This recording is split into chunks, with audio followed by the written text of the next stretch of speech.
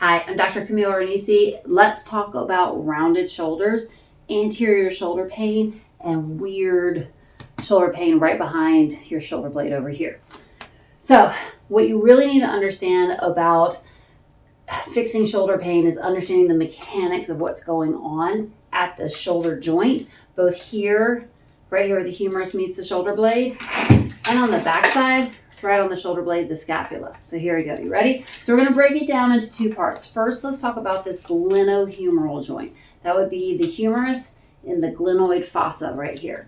When you see rounded shoulders, what we typically see is we see this internal rotation, right? We see two things. We see the shoulder is forward, and then we see that it's rounded in. Those people are typically, you'll see walking around, their elbows kind of spun in a bit, like it's more natural to be here. You can see how that automatically moves this ball forward in the socket. So it's not even necessarily that the whole system is shrugged forward, right? And where if you could pull that all back, but you're still rounded forward at the joint itself. So we're stuck in too much internal rotation. So let's break down the rotation muscles so you can see what we need to do. So at the glenohumeral joint, the main one we're going to talk about is internal and external rotation. So your internal rotators, who are those guys? Rotators, all right? You've got your pec major, big chest muscle. You have your lats and your teres major. They do virtually the same thing.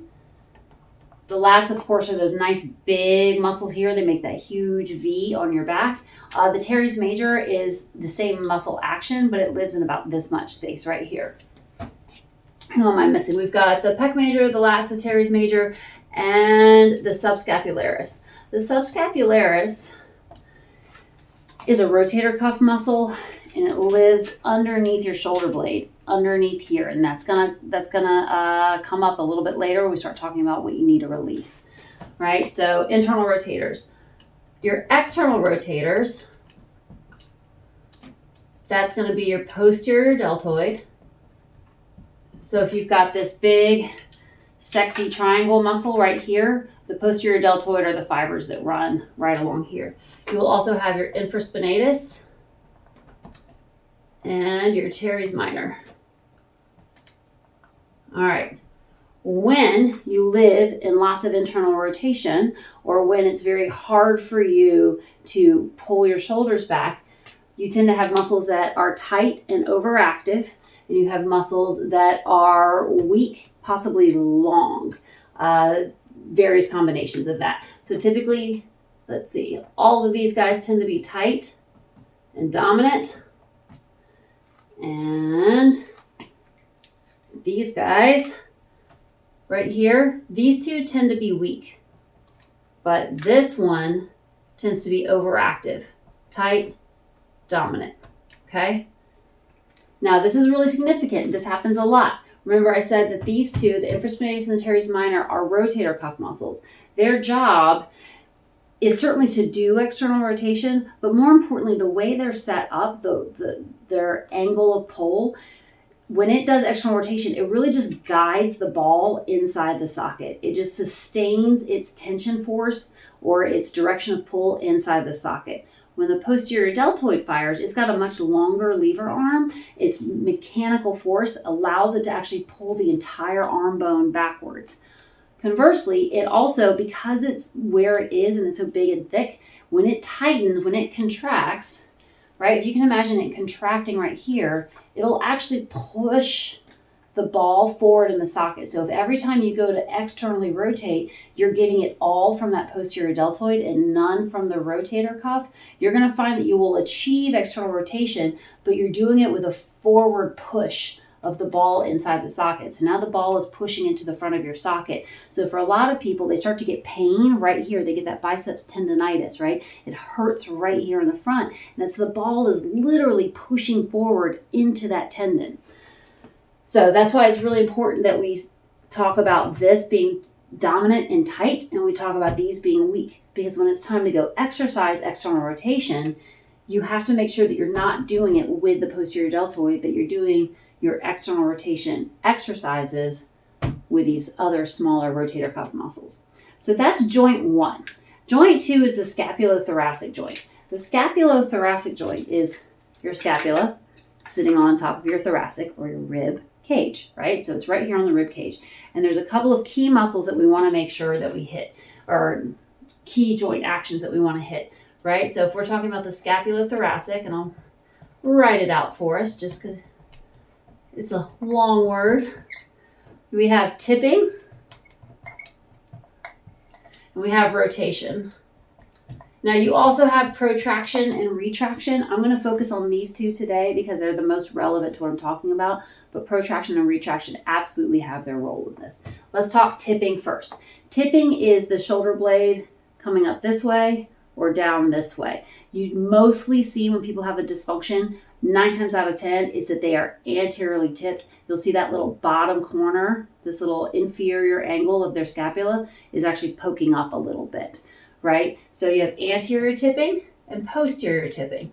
So anterior tippers, your anterior tipping, that's done by your pec minor and your upper traps, like so. Okay? Oh, who did I forget? Can't forget the levator.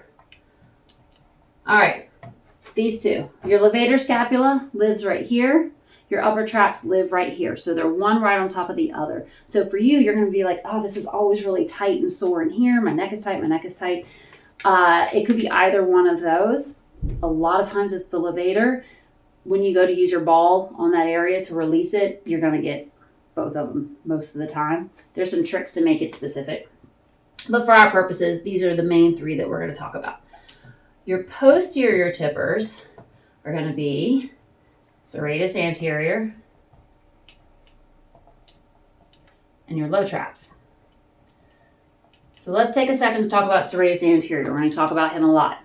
Serratus anterior, if you take someone who is super fit and kind of trim and they have a good serratus anterior, it will look like they have knife blades, serrated, knife blades kind of here on their ribs, or these sexy, like spiky muscles that rest right along the rib cage, and they connect to the shoulder blade right back in here, right? So back in that space there. The lower traps are of course down here. They're the bottom part of that big trapezoid shape on your back. So right here like so, and they control this inferior angle. They control it pulling down and in towards your rib cage.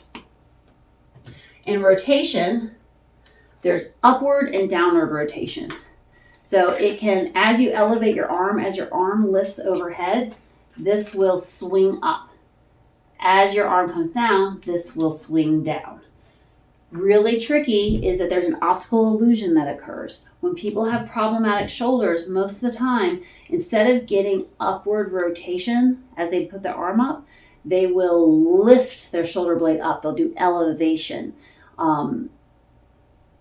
Which in theory is okay, except that when you get just upward rotation without when you get just elevation without rotation, you'll get more pinching in this space right here because the relative position of these two gets messed up. So for your upward rotators, so ones that swing wide this way, your upward rotators are going to be serratus anterior and low traps.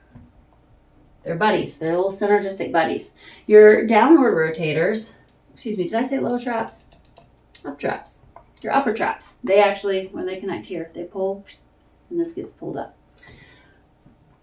Your downward rotators are going to be, let's see, who are our downward rotators? It's going to be your levator scap, some of your rhomboids, and your pec minor. This is where we're going to have some fun. The tight and dominant ones, we typically are stuck in anterior tip. So if we're rounded forward, a lot of times you'll see this bottom angle start to poke up like this. We tend to be stuck in downward rotation. So these tend to be really dominant.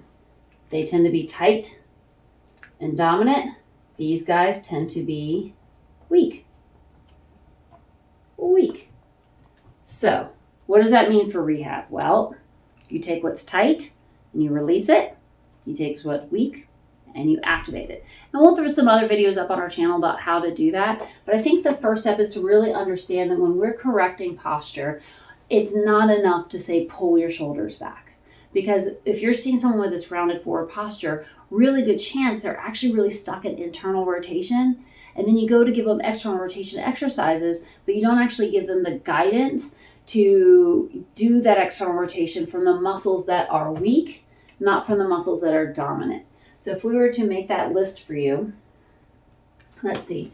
So release work, whether that is with a foam roller, a lacrosse ball, or a manual therapist, you're going to release everything that's dominant and tight.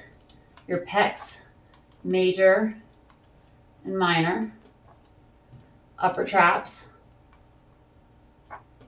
left scap, which these two are very similar as far as what you do for those, and your posterior deltoid. Those are our major guys, right? Oh yeah, one more. Your subscap. And I'll tell you something about the subscap. I told you, I promised you we'd talk about them. Subscapularis lives behind the shoulder blade. So if you're walking around and you're like, I've got this trigger point, I've got this knot, it's like right in here, and you keep rolling on a ball and you can't get it. You keep trying to like stretch it and you can't get it. 9 times out of 10, it's because we need to come in this way and poke in here and actually press on the subscapularis from this direction. It is very common for this guy, especially in sports like rock climbing and any sport with heavy internal rotation, our throwers, right? They do this really active, hard internal rotation. That subscapularis is actually a rotator cuff muscle that gets dominant, tight, full of trigger points.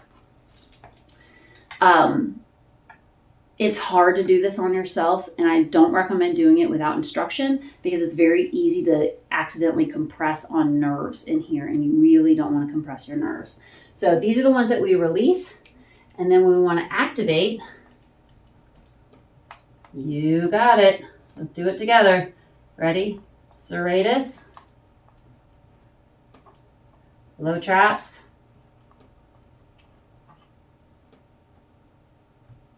and then your infraspinatus and your teres minor. Remember that when you're doing your infraspinatus and teres minor, it's not good enough for you to sit here and just do this, because now you're right back in posterior deltoid land. We have to inhibit that posterior deltoid. I'll be sure to share more videos about how to do that coming up soon. Hope this helps you understand what we're doing when we talk about fixing shoulder position.